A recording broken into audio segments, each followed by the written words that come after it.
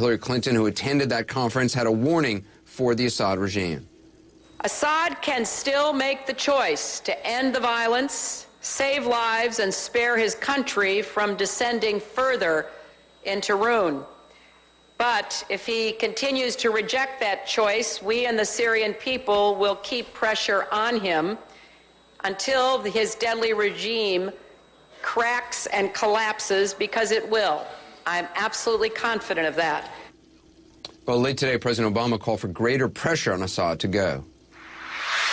All of us who've been seeing the terrible pictures coming out of Syria and Homs recently recognize it is absolutely imperative for the international community to rally and send a clear message to President Assad that it is time for a transition. It is time for that regime to move on, and it is time to stop the killing of Syrian citizens by their own government. Well, despite the words, the killing goes on. And we said at least 91 lives today, more than 100 yesterday, according to activists. In the shelling, this was the 21st day of the bombardment for people living in the Bab al-Amr section of Homs. Now, in the middle of this, crews from the Red Cross managed to evacuate a small number of women and children. However, as best we know, the two wounded Western journalists remain in Homs in that neighborhood of Bab al-Amr. So did the bodies of Marie Colvin and Remy Ochlek. And so did tens of thousands of ordinary Syrians, men, women, and children, cold, starving, and still under the gun. Now, what you're about to see is the work of a French photojournalist named Mani, working with a correspondent, Jonathan Miller, from Britain's Channel 4. Mani went into Homs and bore witness to things nobody should ever have to see. Bombed out homes, starving people, wounded children. A little girl and her brother, both badly wounded. احنا طلعنا اجت القذيفة ما بعرف وين.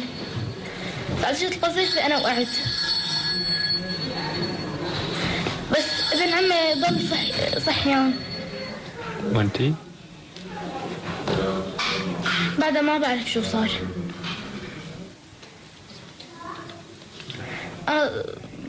بعد شوي حسيت على حالي هون بالدار. بس. No one can bear to tell her that her father and youngest brother are dead. Her father is dead, children being orphaned, kids being killed. We see it every single day. The carnage, caught mostly by cell phone cameras. The people making these videos stand on the front lines using perhaps the best weapon, the only weapon they have against the regime, the simple truth. And they are risking everything to do this, as a little boy explains, in a home so cold you can actually see his breath. ايوه مين هذا؟ عمو صلاح. عمو صلاح؟ عمو صلاح موجود. وينه هو؟ ها؟ وينه؟ شهيد راح.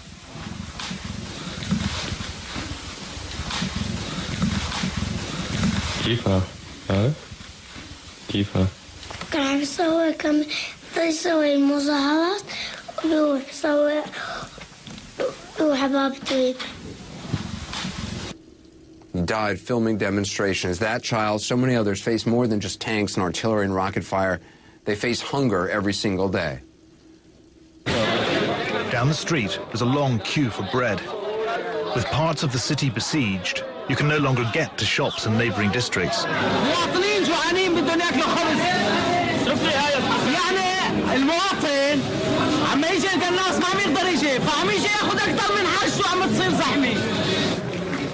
A couple of blocks away, and you're in Sabil district, where many belong to the president's Alawite sect. Well, the picture is grim. Cold, hungry people being shelled, in the words of the late Marie Colvin. But Manny's camera also caught another view of people who are being killed but not yet defeated.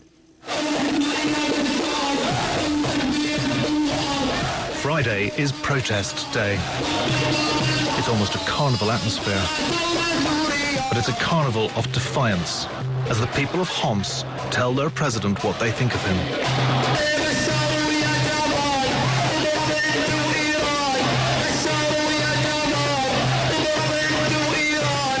Mothers, children, fathers, and fighters, this mass of humanity dances for its hurriya, its freedom. These are really some of the clearest pictures yet that we have seen out of Homs. That defiance is finding an outlet, a limited one so far, in the form of the Free Syrian Army, which is made up of largely army defectors and civilians, going up against tanks and troops with small arms and rocket-propelled grenades. They are outgunned and outmanned, and Manny captured that fighting as well.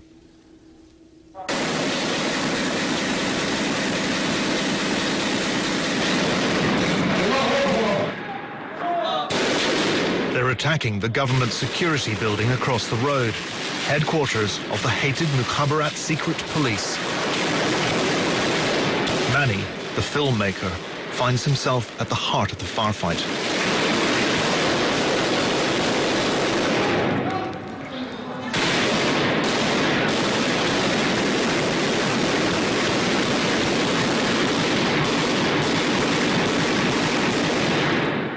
Urban guerrilla warfare like this is relentless and terrifying.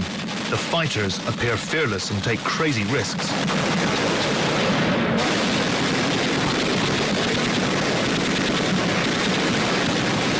But they still find time to look out for Manny.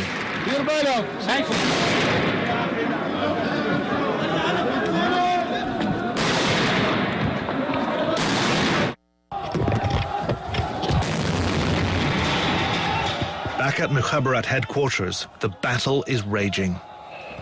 Free Syrian forces have detonated a bomb below the rooftop position where government snipers are trapped. After more than 12 hours, the snipers are still putting up a fight.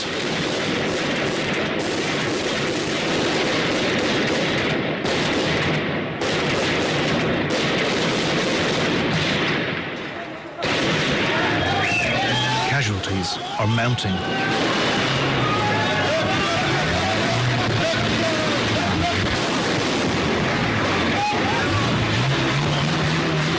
A minibus ambulance, and then a breakneck race to a makeshift field hospital.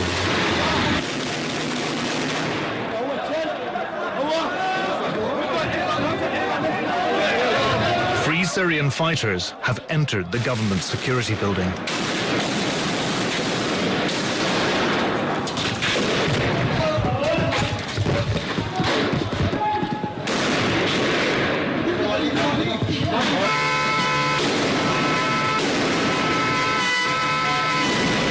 It's room-to-room fighting now, stairwell to stairwell.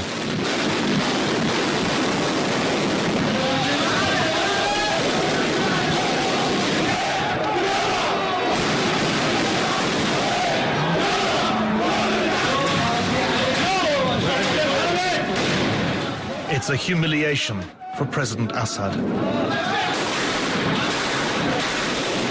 With bullets still flying, fighters make off with boxes of much-needed ammo. Really gives you a sense of the intimate nature of the fighting, room to room, street by street. It paints a picture of a situation for which there may not be any easy answers or simple solutions. I talked about it a few moments ago with former CIA officer Robert Baer. He's currently Time.com's intelligence columnist. Also Princeton University's Anne-Marie Slaughter. She served early in the Obama administration as Director of Policy Planning at the State Department. Anne-Marie, you wrote an op-ed for the New York Times today in which you argue for foreign military intervention. In fact, you call for basically no-kill zones. Explain that. What I'm proposing is that the countries of the region, Turkey, Jordan, Saudi Arabia, Qatar, essentially provide what's necessary for the Free Syrian Army to create zones close to borders that would be no-kill zones, would be close enough for humanitarian corridors. To enable them to do that, you'd have to give them very good intelligence, communications, special forces on the ground, and some weapons, but not the kind of flooding weapons in that is being proposed and that I think most of us are afraid will result in a long civil war. Bob, you've actually suggested now for kill zones. What does that mean? Well, yeah, I know. It doesn't sound good, but what the Syrians right now are considering sending their heavy armor into these cities and using heavy artillery, as they did against in the people, 1982.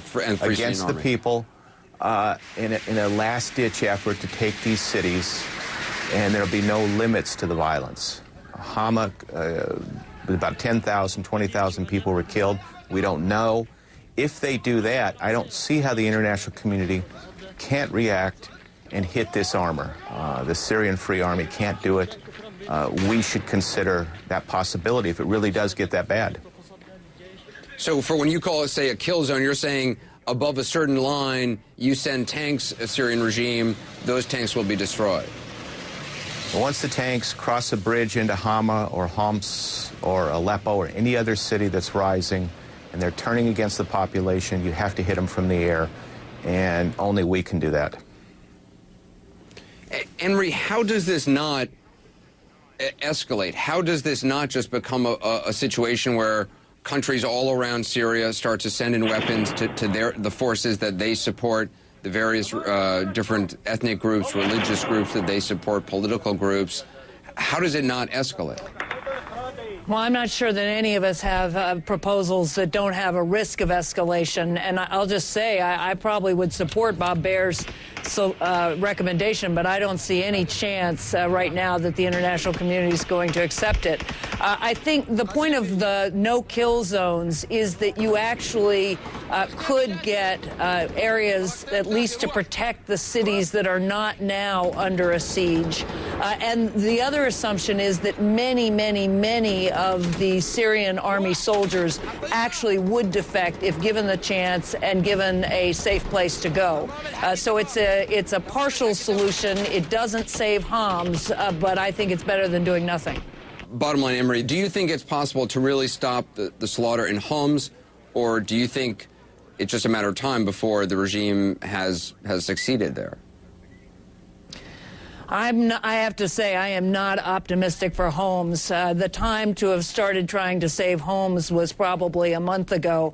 I mean, there's one encouraging sign. Secretary Clinton said today that the U.S. government was in touch with a number of people, or there were reports of many around Assad who were really getting very nervous and that they hadn't signed up for this kind of slaughter. So it is still possible we would see some kind of implosion from the inside. But other than that, my concern is to make sure there are no more Homs, or as few as we possibly can manage.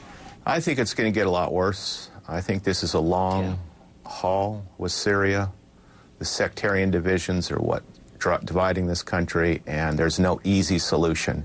And it's just not a matter of regime decapitation. It's a long, long haul. Because there are Alawites, there are Christians inside Syria who say, you know, if Assad goes and the Sunnis take over, we're going to be slaughtered. How do you alleviate that concern? Well, you know, I talk to the Muslim Brotherhood a lot, and they ask me, why doesn't the United States do something? And I said, well, they're worried about the sectarian problems. And I said, for instance, what are you going to do about the Alawites? And the Syrian Muslim brother said, we're going to kill them. What do you think? And I said, well, what do you expect? Anne-Marie Slaughter, Bob Baer, appreciate it. Thank you.